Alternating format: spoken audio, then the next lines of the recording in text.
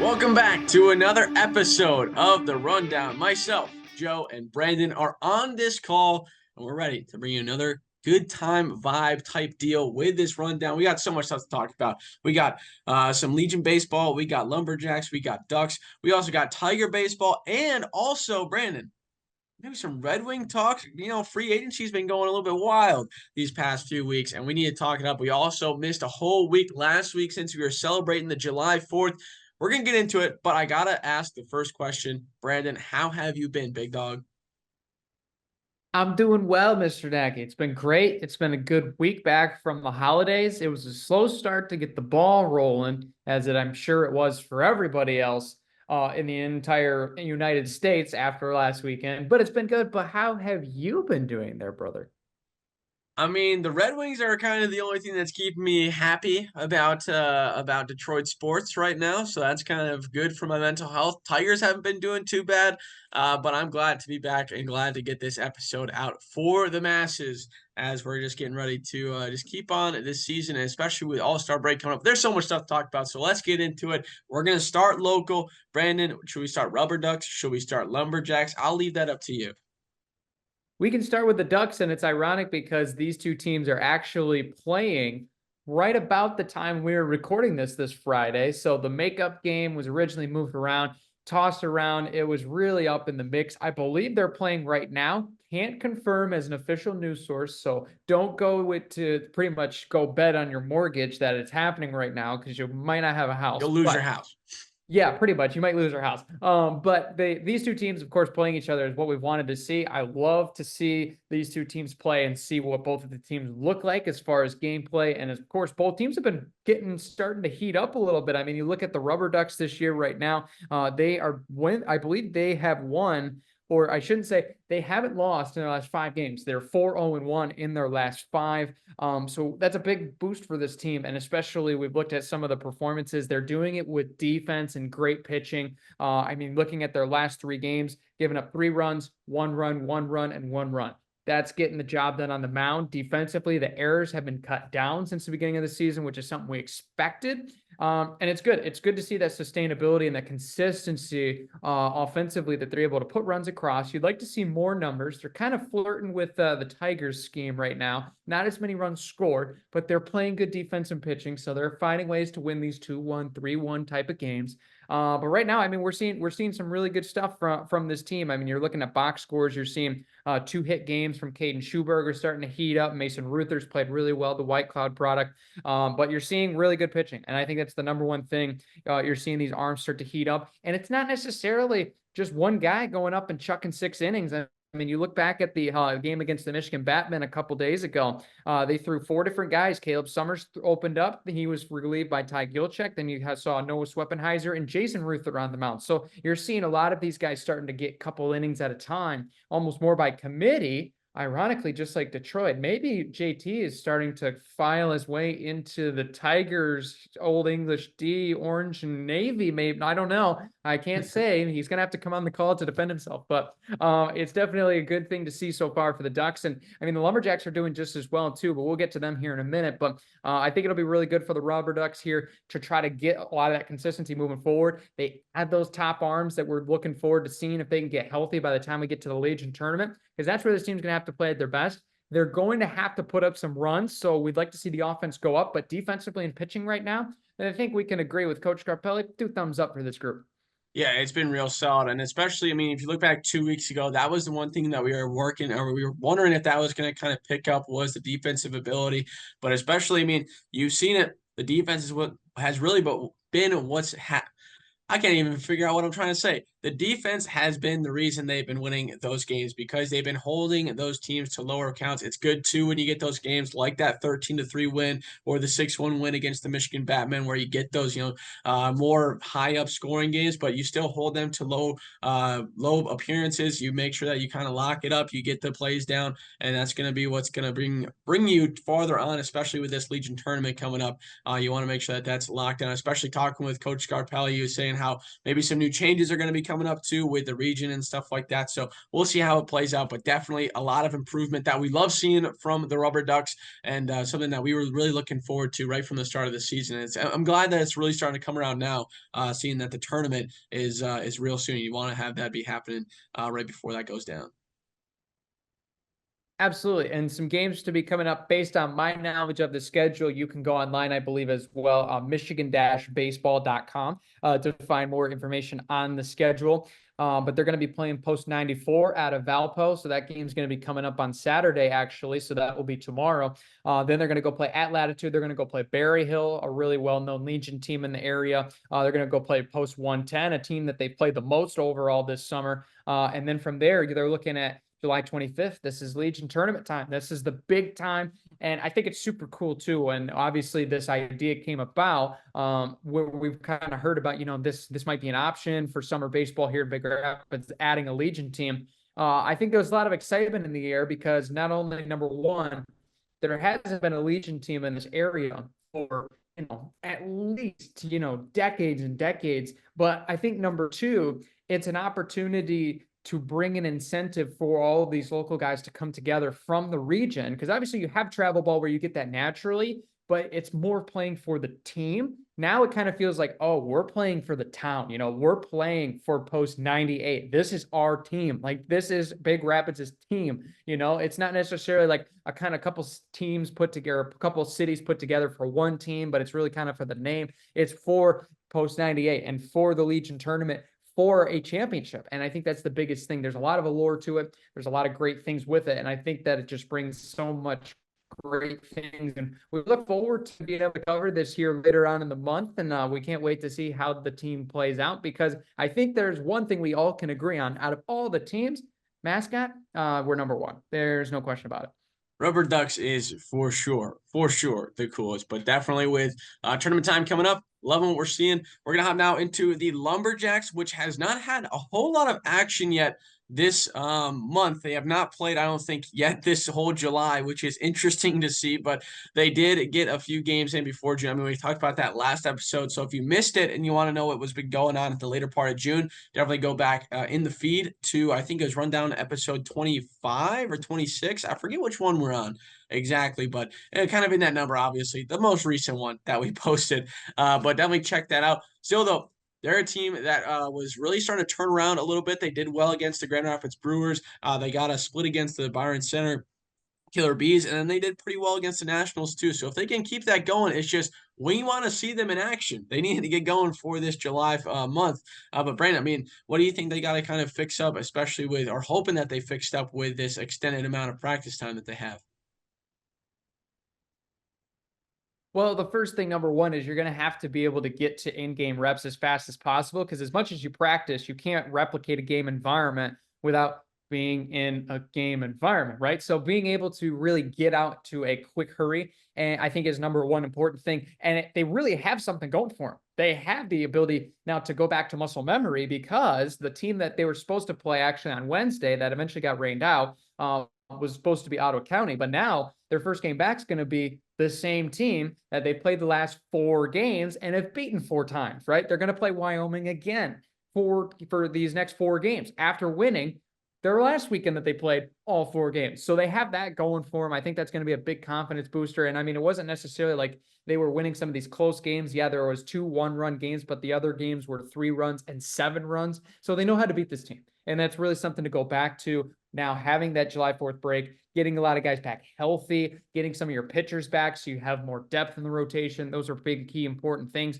But for this team, I think especially they're starting to pick the bats up a little bit more and more as the season goes on, because they were really dead. I mean, we talked about it, especially, Joe, in depth with it. The bats were dead in the early parts of June. They were really struggling. They were right about 500. And then they go on this big heater, winning all these games. And right now, I believe, as we're going to be seeing them play this weekend right now in the league, right now in their last 10 games, as I'm checking here, 7-2-1 they are overall. They've won 5 in a row. Talk about a heater, right? And it's really been the uptick of that offense, because the defense and pitching has been there, but now the offense is starting to come with it. So now they're right now at 90 runs, I believe, that they have crossed the plate so far this year. They were at one point the last team in the league. Now they're up to third based off over this winning streak. So that's a really big thing for this club. It's a really good get. And I think that's really going to help them here in the Shoreline League as we're going to be winding down here in this regular part of the season. Yeah, I'm loving that. I'm glad that you kind of mentioned where they're standing because they really just went on a big time rush. Well, didn't want to shout out the band there, but a big time rush there to get all the way up at the top of that West League. I mean they're right behind the Detroit Prospects and then the Plymouth Rockets, and then the Nationals are right behind Big Rapids in that fourth spot. So it's definitely interesting and a few more games, but we just want to see them back in action because it's been a little bit too long for them. But just hopefully this kind of hiatus does not affect them too much and they can get those bats going because that's going to be the most important thing. I think that's it though for the local talk. I mean, that has not a whole lot, especially with the holiday weekend. Last time kind of gave them a good needed break for their season. We're going to hop now into professional side, Tiger baseball. Kind of getting hot right now. 7 out of the last 9 we won going down into Ohio. We sweep the Reds, and then we go 3 for 4 against the Indians, which is a big time thing. I mean, I'm not saying we're back, which we definitely aren't, but we could be on the start of our way to getting back where we need to be because we're only, I believe, 4 games behind 500. We're still sitting, I think, 4th in that AL Central. Brandon, Tigers, man, you can't let them heat up because we might come back and go crazy. Absolutely. Yeah. This team's getting exciting to watch. And you're starting to see a lot of these guys, especially these younger guys. I mean, how hot is Cole Keats' bat right now? Holy smokes. It is incredibly hot. It is in fuego. He's hitting the absolute tar out of the baseball. And it's fun to watch because we know how good of a talent he's been. And now being able to see it on the field along guys that have been consistently great hitters so far this year, like Riley Green, like when you see Mark Cannon in a lot of these games.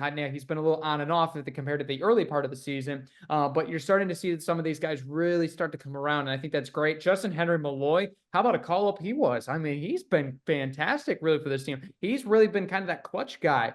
I mean, especially that game-tying home run the other night was huge, and I think he's really adapted to the big stage as well. But, I mean, you're looking at a lot of these games, and you're like, man, like we were really used to these 2-1, 1-0 games because, I mean, we've probably all seen the stat right now, a lot of us Tigers fans. If we score at least 2 runs, we would be on pace to be a 90-win ball club.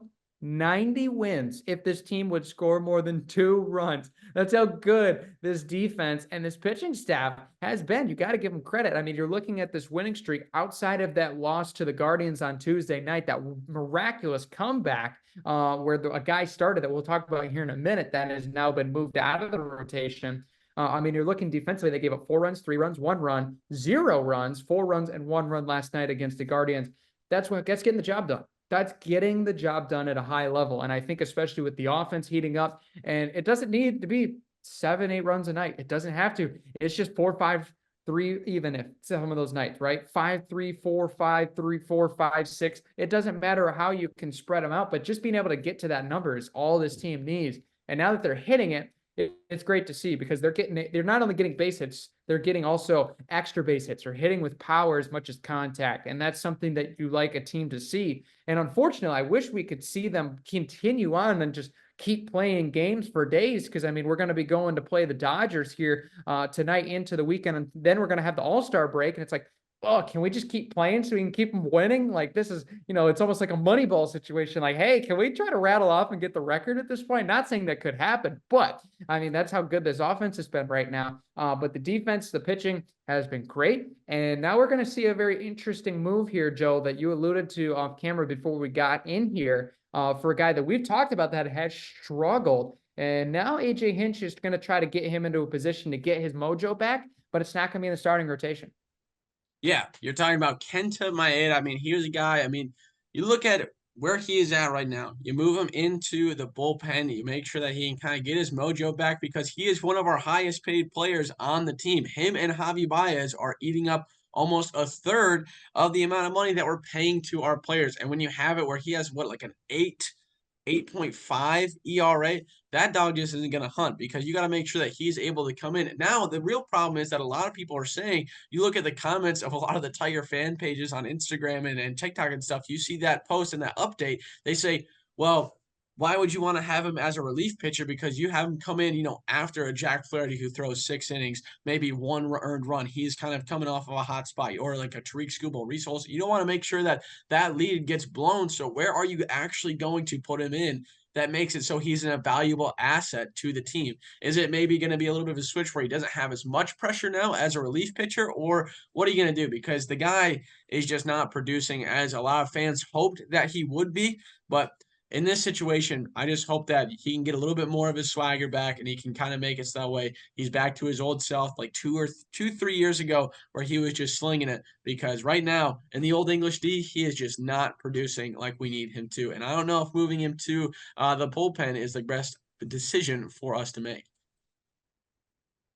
Yeah, and when you look at some of the stats, I know this one has been really kind of pushed around, that he's given up. I believe it's over an 860 or 960 OPS, which if you had a hitter hitting that over a season, be top 20 in baseball. That's what these guys are batting against Maeda. And no matter if it's an 860 or a 960, yeah, literally, like Joe's reaction is exactly what we're all thinking. Like, that is eye-glaringly hard to do for a pitcher to give up that many overall hits and runs. And it's a big problem. And I think especially for AJ Hinch managing this team, I think the biggest thing for Maeda right now is he might just need a change of scenery, and moving him to the bullpen might just be that enough where, he might be only thinking about 1 or 2 innings. He's not thinking about having to face these guys the second, third time around in his first approach against them when they step in the box. Maybe that's just a mental psyche thing that he needs to figure out.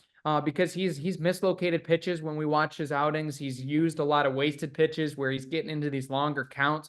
And that really kind of wedges him into this hole of now he's going to have to throw a good pitch, and the hitter's waiting on it. And he doesn't have the fastest fastball, or he doesn't have the most moving cutter to the outside, or he might not have that dive off and inside changeup that every other major league pitcher has to a high level, because he's such an older veteran that it's just a problem for him with his arm. So there, you have a lot of these options, and I think this is one of those where you might just want to try to get him in a different headspace, and maybe that is. I think he's going to probably go into that longer relief role if somebody is pulled early on in the game, so it's not as much of a pressure on him to kind of figure his stuff back out. Because the way that people are kind of approaching this, and I think it's a fair way to do it, but I don't think it's necessarily where AJ Hinch is thinking that, oh, he's going to be the first setup man in the 7th, 8th inning. I don't think that's the case. Like, he needs a little bit of a break. Like that is where he is at. And I think the idea of making this move, especially at the All-Star game, can kind of help him get into his headspace,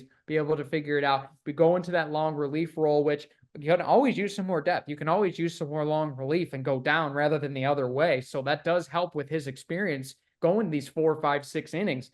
So I think that's going to be a big boost for this club. And I think more importantly, it moves a spot for some of these hot prospects at AAA, AA to start moving our way back up. And more importantly, it gives Casey Mize the green light once he gets back and healthy to get back in that rotation and start dominating again.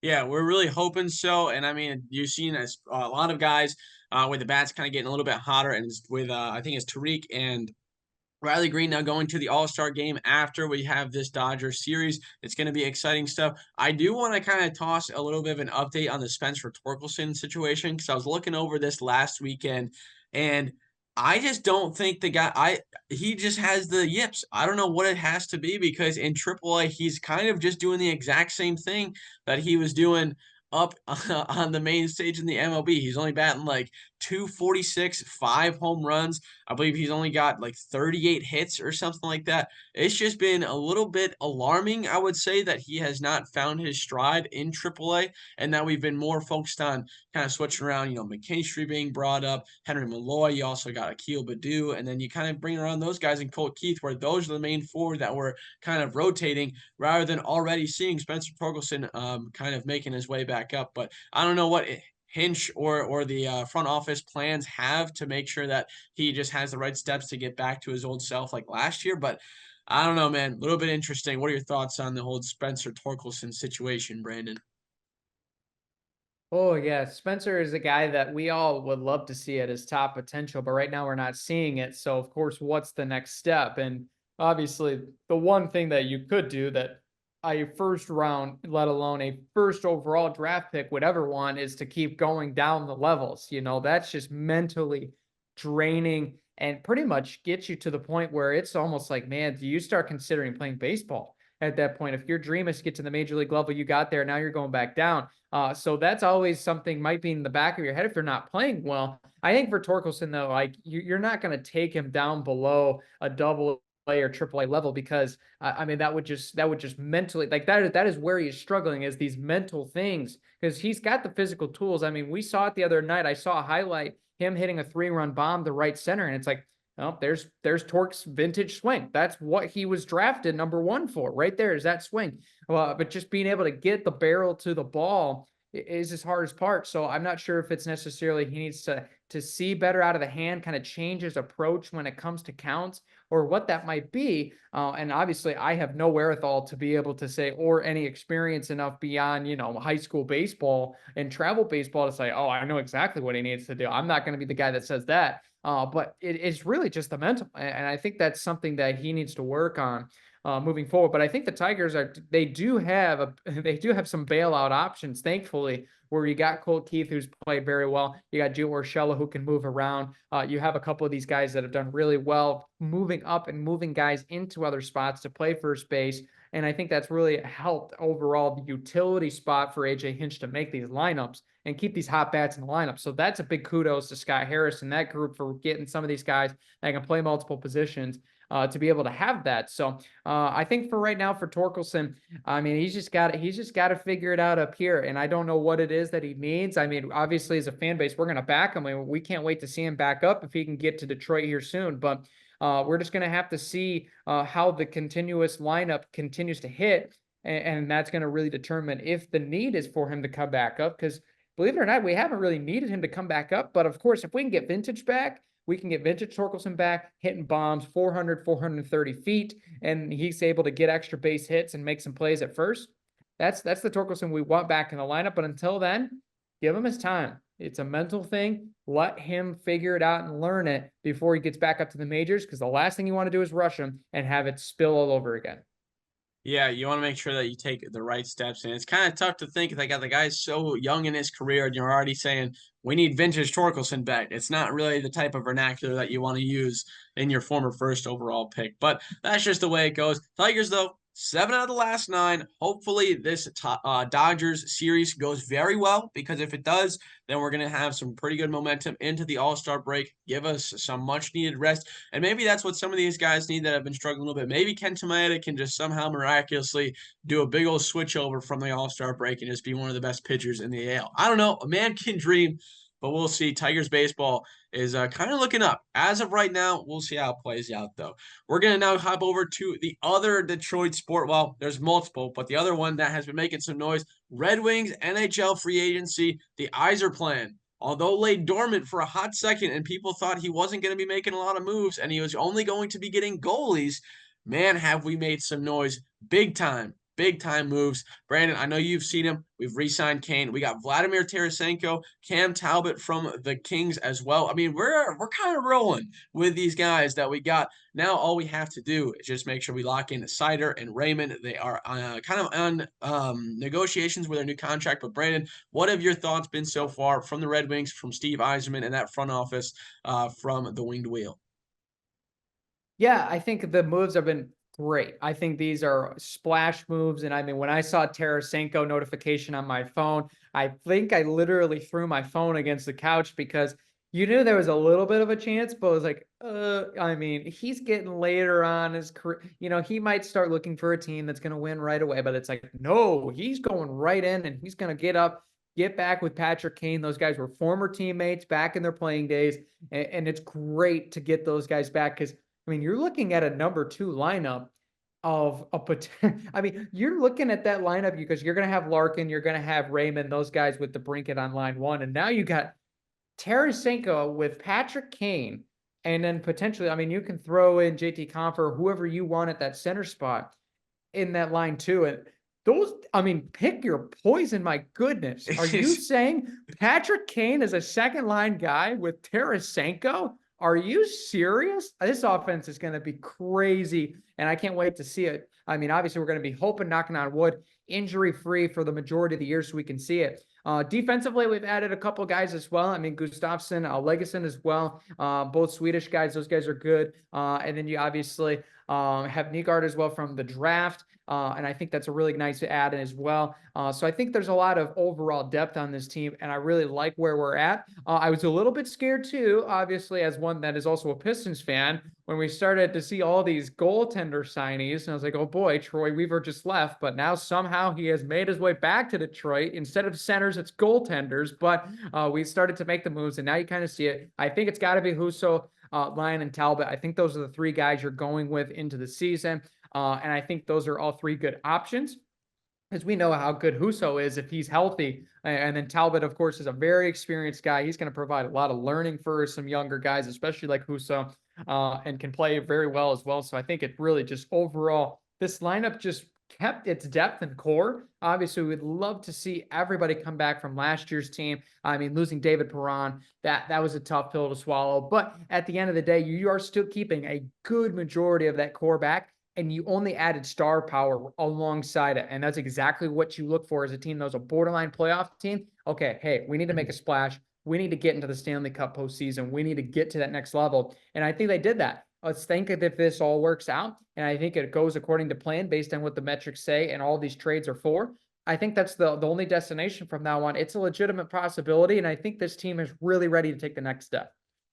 Yeah, and the big thing too is, I mean, you saw some big name. I mean, I don't say big names, but kind of more fan favorite names being traded away. I mean, you saw, like you said, Petrie also said David Perron. Now you also have Robbie Fabry going to the Ducks too, which was kind of one that I was surprised about. But keep in mind, he was fairly injury prone throughout the whole season. He had that problem with his jaw, and then kind of even more, he missed a good chunk of games in that late part of the seasons. But if you look at I know you talked about a little bit, Brandon, about kind of these pairings and the line combinations and stuff, but when you just look at our first, even just the four all the way through, you can see probably the first two are any type of NHL team's first liners. When you got Alex DeBrincat, Dylan Larkin, Raymond Tarasenko, JT Compher, and Patrick Kane. You can toss those guys on any roster and they can make the first line on any team. But you also have Rasmussen, Kopp, Berggren, Veleno, Mott, Fisher. Those guys are going to be making up that 3 and 4th line. You're looking at just a solid slate of second lines when it looks like that 3rd and 4th slot. So I'm really looking forward to it. And then you also have the defensive pairings, which are big time as well. But that Vladimir Tarasenko signing was the best one, mainly because you see him being on cup contenders for the last 4 of the last 5 years. He's won 2 cups in the last 5 years with the Blues and the Panthers. I love it. It's big time, and it just makes it a lot more satisfying when you think about what Little Caesars Arena is going to be like coming this fall, and it's going to be rocking. I mean, you saw Patrick Kane, too, saying when he was thinking about coming back, there was no doubt in his mind that he wanted to see a Little Caesars in the playoffs. That barn just absolutely rocking. We've been there, Brandon, in some of those games. In the middle of the win streak, we went when it ended, but it was an atmosphere like no other, and that was just a regular season game. Think about what it's going to be like for the playoffs. It's going to be absolutely ludicrous when you get down to it. But Red Wings, we're in a pretty solid spot, and I cannot wait for opening day and first game of the season when it comes down to it for NHL. It's going to be great. We can't wait. And I think especially, I know for me, Joe, like if we're going to the postseason, I mean, I'm getting tickets, so we're gonna hook up and carpool down there. It's gonna be crazy. So it's gonna be fun. But I'm really looking forward to seeing the season start. And it's like, oh man, we gotta wait till September until we get to training camp. But it is great to see in free agency a lot of these moves being made, because it shows that the front office trusts Steve, he trusts the plan, and now it's kind of all coming together. And I think for this club, I think for the city of Detroit, and I think for all sports fans that love the winged wheel, it's about time we made a splash in free agency. And boy, it was a big one. It was huge. So let's get to it. Let's make this thing happen, because it's now not just necessarily the next step of the plan. It's this next year. Let's get to work. Let's go. We can't wait for the season to come around the corner.